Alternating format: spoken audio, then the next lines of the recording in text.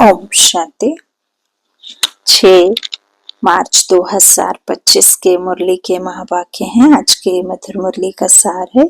मीठे मीठे प्यारे प्यारे श्री बाबा ने कहा, मीठे बच्चे, जैसे तुम आत्माओं को यह शरीर रूपी सिंहासन मिला है, ऐसे बाप भी इस दादा के सिंहासन पर विराजमान है। उन्हें अपना सिंहासन नहीं है। प्रश्न, जिन बच्चों को ईश्वरीय संतान की स्मृति रहती है, उनकी निशानी क्या होगी? उत्तर, उनका सच्चा लव एक बाप से होगा। ईश्वरीय संतान कभी भी लड़ेंगे झगड़ेंगे नहीं। उनकी कुदृष्टि कभी नहीं हो सकती। जब ब्रह्मा कुमारी अर्थात बहन भाई बने तो गंदी दृष्टि जा नहीं सकती। गीत छोड़ भी दे आकाश सिंहासन। ओम शांति। अब बच्चे जानते हैं, बाबा ने आकाश सिंहासन छोड़कर अब दादा के तन को अपना सिंहासन बनाया है। वह छोड़कर यहाँ आकर बैठे हैं। यह आकाश तत्व तो है जीवात्माओं का सिंहासन। आत्माओं का सिंहासन है वह महतत्व जहाँ तुम आत्माएं बिगर शरीर रहती थीं। जैसे आकाश में सितारे खड़े हैं ना, वैसे तुम आत्माएं भी बहुत छोटी छोटी वहां रहती हो। आत्मा को दिव्य दृष्टि बिगर देखा नहीं जा सकता। तुम बच्चों को अभी यह ज्ञान है, जैसे स्टार इतना छोटा है वैसे आत्माएं भी बिंदी मिसल हैं। अब बाप ने सिंहासन तो छोड़ दिया है। बाबा कहते हैं, तुम आत्माएं भी सिंहासन छोड़कर यहाँ इस शरीर को अपना सिंहासन बनाती हो। मुझे भी जरूर शरीर चाहिए। मुझे बुलाते ही हैं पुरानी दुनिया में। गीत है ना, दूर देश का रहने वाला। तुम आत्माएं जहाँ रहती हो वह है तुम आत्माओं और बाबा का देश। फिर तुम स्वर्ग में जाते हो जिसकी बाबा स्थापना कराते हैं। बाप खुद उस स्वर्ग में नहीं आते। तुम तो वाणी से परे वानप्रस्थ में जाकर रहते हैं। स्वर्ग में उनकी दरकार नहीं। वह तो दुख सुख से न्यारे है ना। तुम तो सुख में आते हो तो दुख में भी आते हो। अभी तुम जानते हो, हम ब्रह्मा कुमार कुमारियां भाई बहन हैं। एक दो में कुदृष्टि का ख्याल भी नहीं आना चाहिए। यहाँ तो तुम बाप के सम्मुख बैठे हो, आपस में बहन भाई हो। पवित्र रहने की युक्ति देखो कैसी है। यह बातें कोई शास्त्रों में नहीं है। सभी का बाबा एक है तो सभी बच्चे हो गए ना। बच्चों को आपस में लड़ना झगड़ना भी नहीं चाहिए। इस समय तुम जानते हो, हम ईश्वरीय संतान हैं। पहले आसुरी संतान थे, फिर अब संगम पर ईश्वरीय संतान बने हैं, फिर सतयुग में देवी संतान होंगे। यह चक्र का बच्चों को मालूम पड़ा है। तुम ब्रह्मा कुमार कुमारियां हो, फिर कभी कुदृष्टि जाएगी नहीं। सतयुग में कुदृष्टि होती नहीं। कुदृष्टि रावण राज्य में होती है। तुम बच्चों को सिवाय एक बाप के और कोई की याद नहीं रहनी चाहिए। सबसे जास्ती एक बाप से लव हो जाए। मेरा तो एक शिव बाबा, दूसरा ना कोई। बाप कहते हैं, बच्चे अभी तुमको शिवालय में चलना है। शिव बाबा स्वर्ग की स्थापना कर रहे हैं। आधा कल्प रावण राज्य चलता है, जिससे दुर्गति को पाया है। रावण क्या है, उसको जलाते क्यों हैं, यह भी कोई नहीं जानते। शिव बाबा को भी नहीं जानते। जैसे देवियों को सजा करके पूजा करके डुबोते हैं, शिव बाबा का भी मिट्टी का लिंग बनाए पूजा आदि कर मिट्टी में मिला देते हैं। वैसे रावण को भी बनाकर फिर जला देते हैं। समझते कुछ भी नहीं। कहते भी हैं अभी रावण राज्य है, राम राज्य स्थापन होना है। गांधी भी राम राज्य चाहते थे, गाना गाते थे, रघुपति राघव राजा राम। तो इसका मतलब रावण राज्य है ना। तो बाबा कहते, जो बच्चे इस रावण राज्य में कामचिता पर बैठ जल गए थे, बाप आकर फिर से उन पर ज्ञान वर्षा करते हैं, सबका कल्याण करते हैं। जैसे सूखी जमीन पर बरसात पड़ने से घास निकल आता है ना, तुम्हारे पर भी ज्ञान की वर्षा ना होने से कितने कंगाल बन गए थे। अभी फिर ज्ञान वर्षा होती है जिससे तुम विश्व के मालिक बन जाएंगे। भले तुम बच्चे गृहस्थ व्यवहार में रहते हो, परंतु अंदर में बहुत खुशी रहनी चाहिए। जैसे कोई गरीब के बच्चे पढ़ते हैं तो पढ़ाई से बैरिस्टर आदि बन जाते हैं, वो भी बड़ों बड़ों के साथ बैठते हैं, खाते पीते हैं। भीलनी की बात भी शास्त्रों में है ना। तुम बच्चे जानते हो, जिन्होंने सबसे जास्ती भक्ति की है वही सबसे जास्ती ज्ञान आकर लेंगे। सबसे जास्ती शुरू से लेकर तो हमने भक्ति की है, फिर हमको ही बाबा स्वर्ग में पहले पहले भेज देते हैं। यह है ज्ञान युक्त यथार्थ बात। बरोबर हम ही सो पूज्य थे, फिर सो पुजारी बनते हैं, नीचे उतरते जाते हैं। बच्चों को सारा ज्ञान समझाया जाता है। इस समय यह सारी दुनिया नास्तिक है। बाप को हम नहीं जानते, नेति नेति कह देते हैं।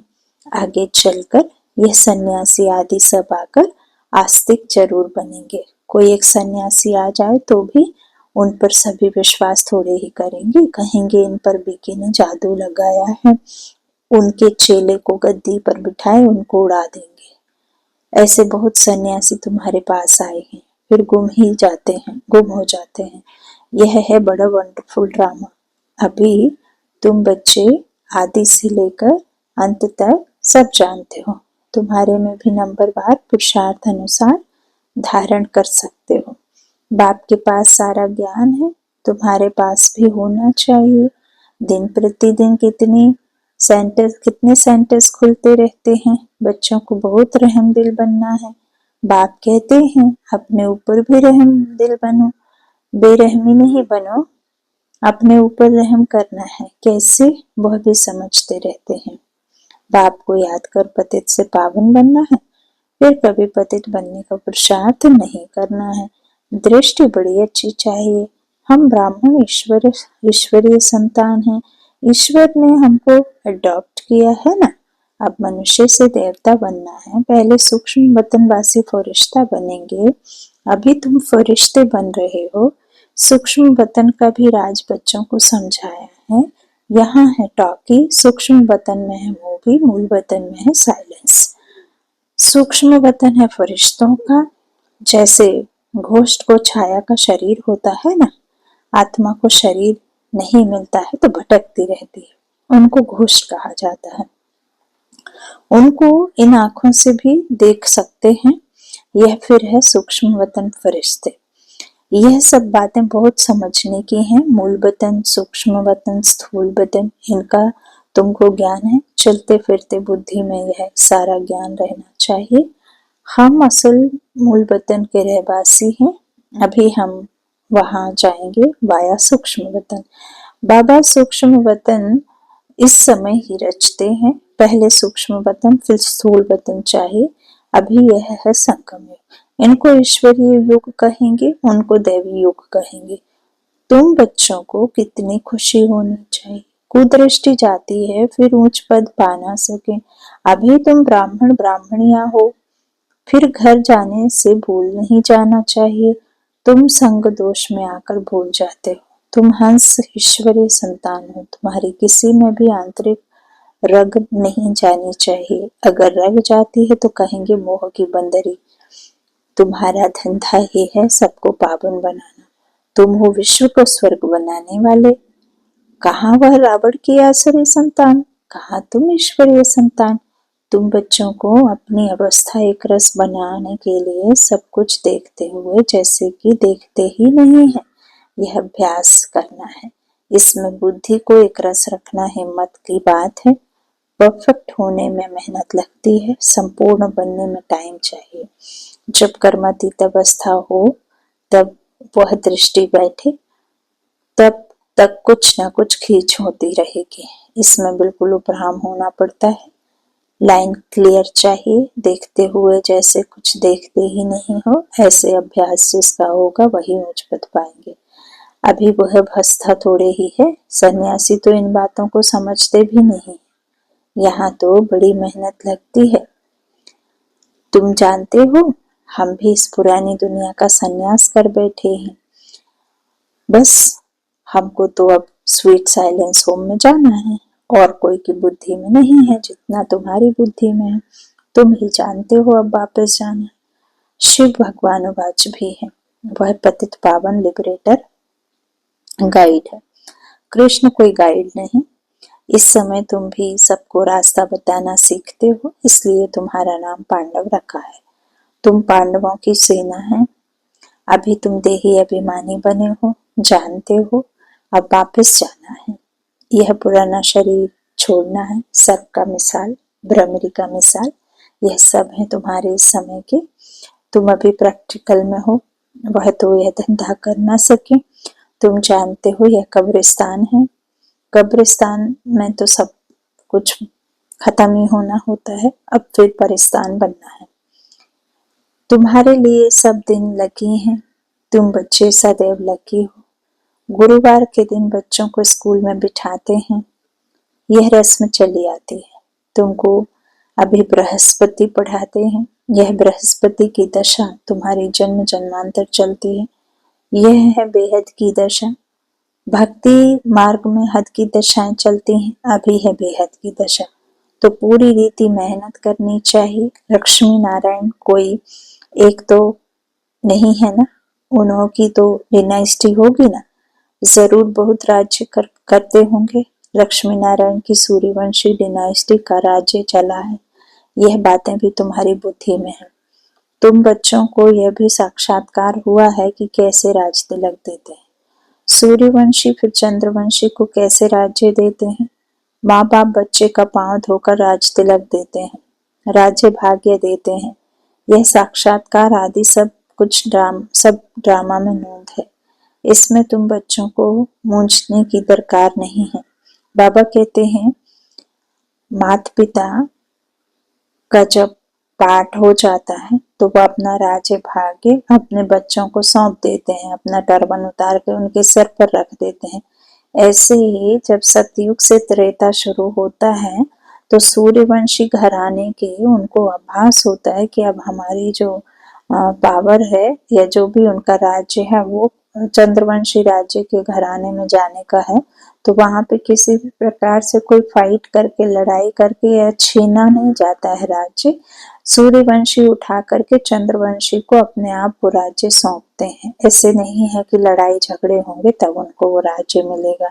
तो बाबा कहते हैं सूर्यवंशी फिर चंद्रवंशी को कैसे राज्य देते हैं। माँ बाप बच्चों का पांव धोकर राज्य तिलक देते हैं, राज्य भाग्य देते हैं। यह साक्षात्कार भी सब ड्रामा में नोंद है। इसमें तुम बच्चों को मूंझने की दरकार नहीं है। तुम बाप को याद करो, स्वदर्शन चक्रधारी बनो और दूसरों को भी बनाओ। तुम हो ब्रह्मा मुख वंशावली स्वदर्शन चक्रधारी सच्चे ब्राह्मण। शास्त्रों में स्वदर्शन चक्र से कितनी हिंसाएं दिखाई हैं। अभी बाप तुम बच्चों को सच्ची गीता सुनाते हैं, यह तो कंठ कर लेनी चाहिए। कितना सहज तुम्हारा सारा कनेक्शन है ही गीता के साथ। गीता में ज्ञान भी है तो योग भी है। तुमको भी एक ही गीता बताना चाहिए, योग का किताब अलग क्यों बनाना चाहिए। परंतु आजकल योग का बहुत समाचार है, इसलिए नाम रखते हैं ताकि मनुष्य आकर समझे। आखिरी यह भी समझेंगे कि योग एक बाप से लगाना है। जो सुनेंगे वह फिर अपने धर्म में आकर ऊंच पद पाएंगे। अच्छा, मीठे मीठे सिक्के लदे बच्चों प्रति माता पिता बाप दादा का याद प्यार और गुड मॉर्निंग। रूहानी बाप की रूहानी बच्चों को नमस्ते। हम रूहानी बच्चों की रूहानी माता पिता बाप दादा को याद प्यार और गुड मॉर्निंग। धारणा के लिए मुख्य सार है। पहला बाबा ने कहा अपने ऊपर आपे ही रहम करना है, अपनी दृष्टि बहुत अच्छी पवित्र रखनी है। ईश्वर ने मनुष्य से देवता बनाने के लिए एडॉप्ट किया है, इसलिए पतित बनने का भी कभी ख्याल भी ना आए। दूसरा, संपूर्ण कर्मतीत अवस्था को प्राप्त करने के लिए सदा उपराम रहने का अभ्यास करना है। उपराम माना इस दुनिया और दुनियादारी से ऊपर आत्मा की दुनिया में रहने का प्रैक्टिस। इस दुनिया में सब कुछ देखते हुए भी नहीं देखना है, इसी अभ्यास से अवस्था एक रस बनानी है। वरदान दिया बाबा ने, हर कदम में पद्मों की कमाई जमा करने वाले, सर्व खजानों से संपन्न व तृप्तात्मा भव। जो बच्चे बाप की याद में रहकर हर कदम उठाते हैं, वह कदम कदम में पद्मों की कमाई जमा करते हैं। इस संगम पर ही पद्मों की कमाई की खान मिलती है। संगम युग है जमा करने का युग। अभी जितना जमा करना चाहो उतना कर सकते हो। एक कदम अर्थात 1 सेकंड भी बिना जमा के ना जाए, अर्थात व्यर्थ ना जाए। सदा भंडारा भरपूर हो, अप्राप्त नहीं कोई वस्तु, ऐसे संस्कार हो। जब अभी ऐसे तृप्त व संपन्न आत्मा बनेंगे, तब भविष्य में फिर अखुट खजानों के मालिक होंगे। स्लोगन है, कोई भी बात में अपसेट होने के बजाय नॉलेजफुल की सीट पर सेट रहो। कोई भी बात में अपसेट होने के बजाय नॉलेजफुल की सीट पर सेट रहो। मातेश्वरी जी के अनमोल महावाक्य। आधा कल्प ज्ञान ब्रह्मा का दिन और आधा कल्प भक्ति मार्ग ब्रह्मा की रात। आधा कल्प है ब्रह्मा का दिन, आधा कल्प है ब्रह्मा की रात। अब रात पूरी हो सवेरा आना है। अब परमात्मा आकर अंधियारे की अंत कर सोजरे की आदि करता है। ज्ञान से है रोशनी, भक्ति से है अंधियारा। गीत में भी कहते हैं, इस पाप की दुनिया से दूर कहीं ले चल। चित्त चैन जहां पावे, यह है बेचैन दुनिया जहां चैन नहीं है। मुक्ति में है ना मुक्ति में है ना चैन में, ना है बेचैन। सतयुग त्रेता है चैन की दुनिया। जिस सुखधाम को सभी याद करते हैं, तो अब तुम चैन की दुनिया में चल रहे हो। वहां कोई अपवित्र आत्मा जा नहीं सकती। वह अंत में धर्मराज के डंडे खाए कर्म बंधन से मुक्त हो शुद्ध संस्कार ले जाते हैं, क्योंकि वहां ना शुद्ध संस्कार होते ना पाप होता है। जब आत्मा अपने असली बाप को भूल जाती है, तो यह भूल भुलैया का अनादि खेल हार जीत का बना हुआ है।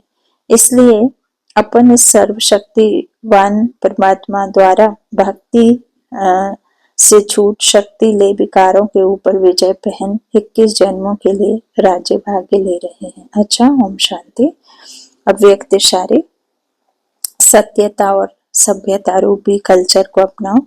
आपके बोल में स्नेह भी हो, मधुरता और महानता भी हो, सत्यता भी हो, लेकिन स्वरूप की नम्रता भी हो। निर्भय होकर अथॉरिटी से बोलो, लेकिन बोल मर्यादा के अंदर हो। दोनों बातों का बैलेंस हो। जहाँ बैलेंस होता है वहाँ कमाल दिखाई देती है, और वह शब्द कड़े नहीं मीठे लगते हैं। तो अथॉरिटी और नम्रता दोनों के बैलेंस की कमाल दिखाओ। यही है बाप की प्रत्यक्षता का साधन। अच्छा, ओम शांति।